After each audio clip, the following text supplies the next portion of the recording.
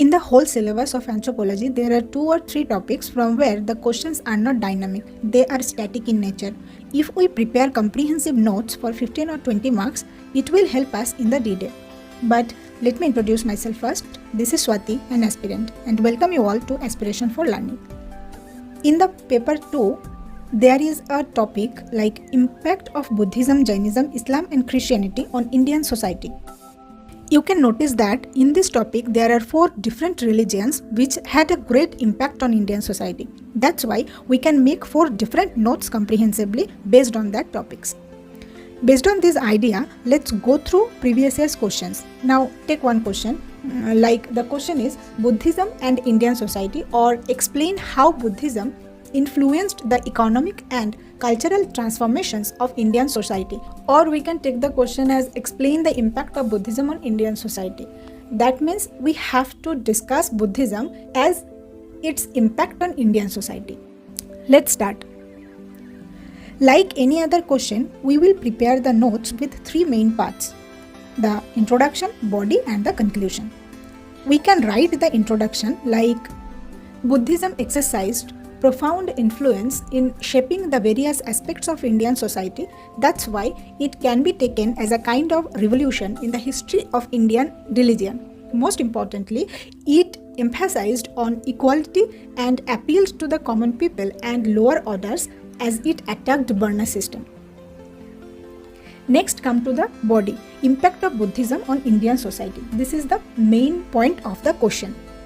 We can discuss this with different points such as religious impact, social impact, economic impact, political impact, educational impact, and impact on language and art also.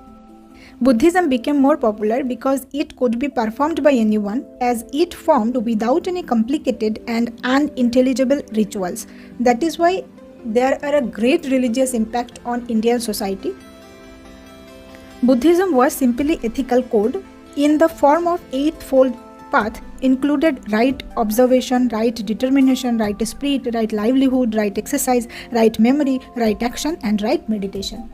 As Buddhism jolted Brahmanism and rejected caste system and also evil and violent rituals such as animal sacrifice, that's why this religion became like a revolution.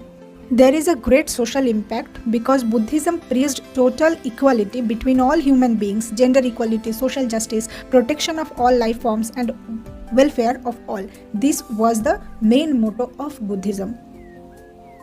Buddhism had a great impact on Indian economy also because Buddhism, with its emphasis on non-violence and sanctity of animal life, boosted the cattle wealth. Thus it promoted agrarian economy and mercantile economy as well. Buddhism has a great impact on Indian political life because Buddhism preached non-violence and killed militant spirit. Actually, it preached Dharma Vijaya rather than Digvijaya, which promoted universal peace. Due to Buddhism, India came into contact with other Asian countries. Because Buddhist missionaries went out of India to spread Buddhism, the impact of Buddhist thought can be seen in our foreign policy, like Panchashil and non-alignment, national integration, mutual cooperation and peaceful coexistence, and also in Gandhiji's non-violence and welfare of lower classes like SC, ST and OBC. The national flag of independent India carries the picture of Ashoka's wheel and national emblem has been adopted from Buddhism. There is a great impact of Buddhism on our languages also. Buddhism popularized Indian vernacular languages and promoted respect from different dialects, especially Pali language, which was enriched by their writings also.